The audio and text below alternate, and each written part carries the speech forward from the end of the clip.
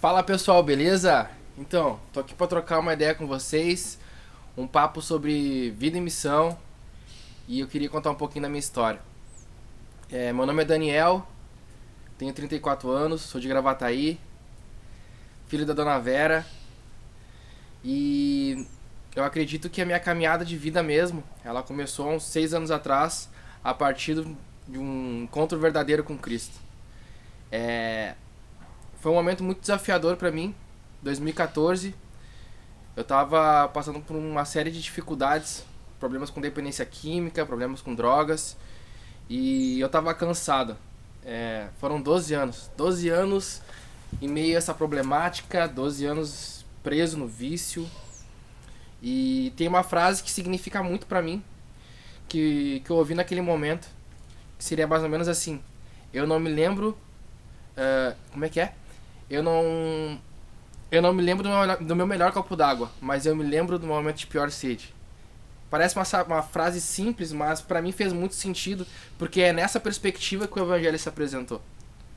Eu me lembro que no meu primeiro dia no desafio, eu cheguei lá, fiz a minha entrevista pra poder dar entrada na internação, e o irmão falou bem assim: irmão Daniel, o teu problema nunca foi álcool, nunca foi crack, nunca foi cocaína, mas essas coisas foram apenas a ponta do iceberg.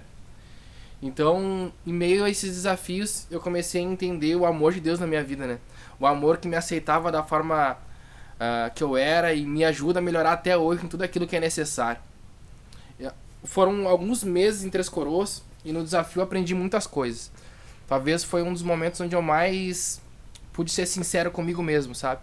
Onde realmente eu pude abrir meu coração para Deus e ele poder mudar a minha história. Depois de alguns meses lá no desafio, eu tive um momento onde eu saí, o pós-clínica, né? E pra quem passa por esses processos de pós-clínica sabe que é bem desafiador. A gente fica meio perdido, né? No ano de 2014, eu me lembro que o Fernandão, que era um dos jogadores do Inter, tinha falecido, o Brasil tinha perdido a Copa, aquele 7-1 foi zica, né? E entre outras situações que aconteceram naquela época. E como eu estava em Três Coroas, eu não tinha acesso a essas informações, né? Eu não tinha esse contato. Existe um compromisso muito grande com a nossa recuperação lá dentro. Então, eu me lembro que eu cheguei aqui, tinha acontecido uma série de situações e eu tinha um medo dentro de mim, sabe? Um medo de recair, um medo de realmente retroceder, porque eu nunca tinha vivido aquilo na minha vida, sabe? O evangelho veio de uma forma muito, muito precisa na minha vida.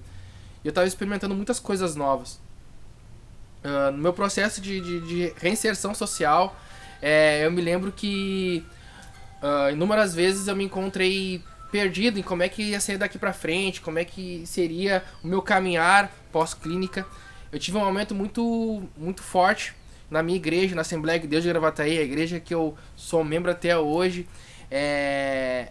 Teve um trabalho chamado Parceiro de Corrida, onde eu tive com um pastor de jovens na época, o Gesiel, que ele me acompanhava. Toda sexta-feira a gente tomava um café, a gente trocava uma ideia e eu consegui de alguma forma caminhar, seguir em frente.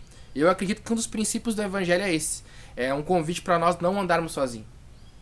Foram muito tempo na igreja ali, vivendo muitas coisas legais, fazendo novos amigos. Esse foi um dos grandes problemas que eu tinha, que quando eu saí da comunidade, quando eu saí da clínica, eu não tinha outro ciclo social a não ser o da rua. A rua me ensinou muita coisa. Eu gostava muito daquilo. Na realidade não era apenas usar drogas, mas era um estilo de vida. Em meio a esse processo na minha igreja eu comecei a procurar entender o que tinha acontecido comigo. Porque, eu fumava 2 carteiras de cigarro por dia, eu bebia quase todos os dias, o uso de drogas era muito frequente, foram 12 anos. E pra mim, como eu falei, era um estilo de vida, né? Sempre gostei muito de cultura de rua, rap, rock, e pra mim fazia parte do meu mundo. E em meio às dúvidas eu fui querer entender o que tinha acontecido comigo. Comecei a visitar outras comunidades terapêuticas, consequentemente a isso comecei a acompanhar algumas pessoas em seus processos de recuperação, né? E comecei a buscar alguns cursos e capacitações, e quando eu vi eu cheguei num momento muito legal da minha vida, que foi numa missão chamada Light Zone. Foram 3 anos servindo nessa missão em diversas atividades, evangelismos de rua, evangelismos em eventos, e escolas, treinamentos, conhecendo pessoas de diversos lugares do país e até fora do país. A partir dessa missão eu também acabei me capacitando mais ainda, tendo um tempo na missão Avalanche lá em Vitória, que foi um momento onde virou uma chave na minha vida. Fiz uma escola de dependência química e comportamento de vício lá.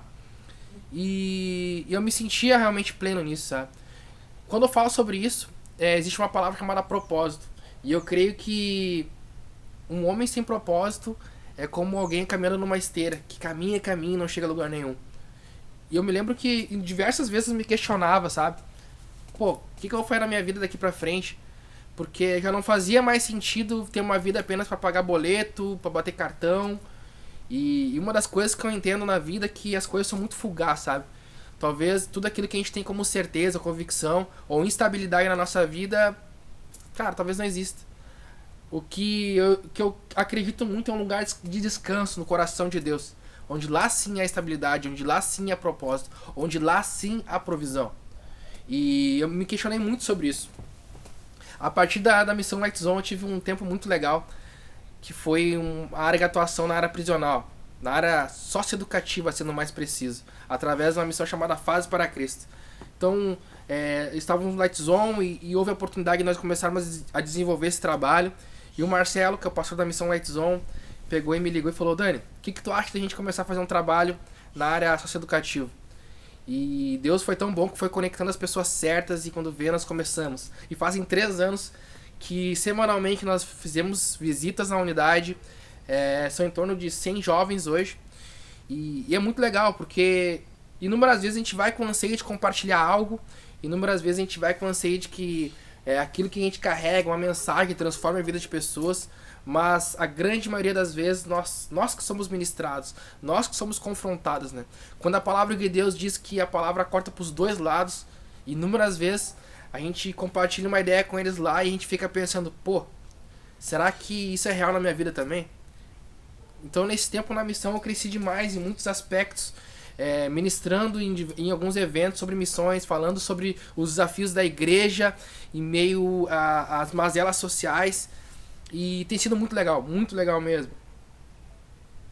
Eu não sei como é que você vê a sua vida hoje, mas eu creio muito nos cuidados de Deus. Eu creio muito em Deus gerando propósitos e sonhos em meio aos nossos corações.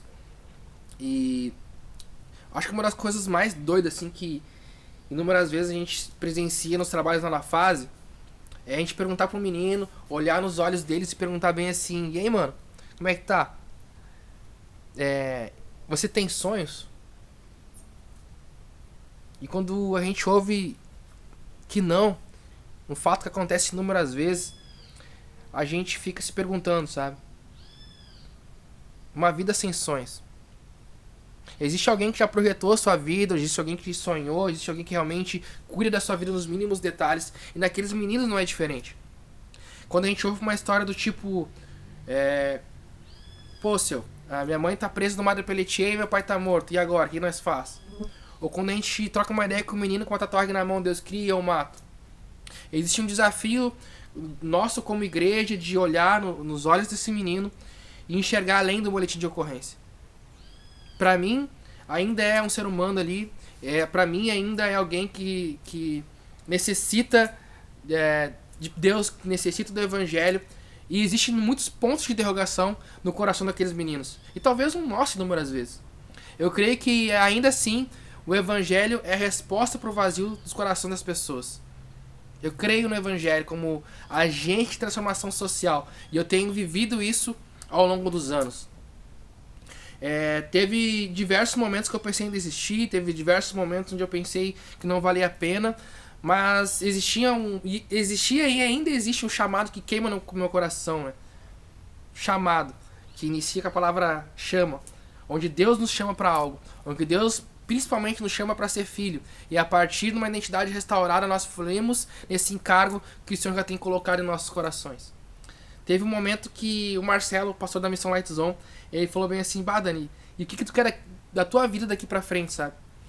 Eu acho que com o passar dos anos, Deus tem construído algumas coisas. Deus tem gerado alguns fundamentos. E a partir desse anseio de estar de uma forma muito mais imersa em missões urbanas, na área prisional, na área socioeducativa, Deus colocou no meu coração uma marca de roupa chamada Verbo Urbano.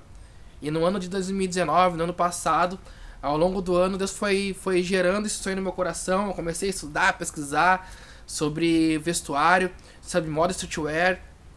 E eu sempre gostei de cultura de rua, cresci estudando Sabotagem, Racionais, sempre gostei muito de rock e toda aquela ideologia, essa pegada mais underground.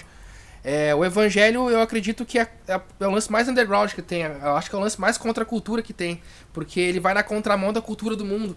Enquanto o mundo fala sobre prostituições, sobre drogadição, sobre uma cultura e uma ideologia que corrompe a essência do ser humano, o evangelho ele vem numa proposta diferente. Por isso que eu creio muito quando o próprio Cristo disse que ele veio para dar vida, e vida em abundância. A partir da marca de roupa, Deus colocou no meu coração um sonho de poder gerar uma cultura a partir disso, de a partir da marca de roupa poder gerar impacto social. Então, nesse período na missão, eu conheci diversos missionários e parece que a história é a mesma, só muda o personagem. Existem pessoas com o coração dispostos, mas os recursos inúmeras vezes são escassos ou se tornam mais desafiadores essas áreas de atuação. E a partir da marca de roupa, Deus colocou no meu coração que está abençoando outros trabalhos missionários, não apenas direcionando recursos a partir da Verbo Urbano, mas também, de alguma forma, sendo um suporte para que esses projetos consigam avançar e cumprir o propósito que estão sendo gerados. Então, essa é um pouco da minha história, essa é um pouco da minha caminhada, um papo sobre vida e missão, e eu quero te encorajar a fazer parte disso. E vamos seguindo em frente, vamos seguindo firme na missão e vamos ver no que vai dar. Creio que Deus está escrevendo uma linda história. Deus abençoe a todos, até a próxima. Abraço.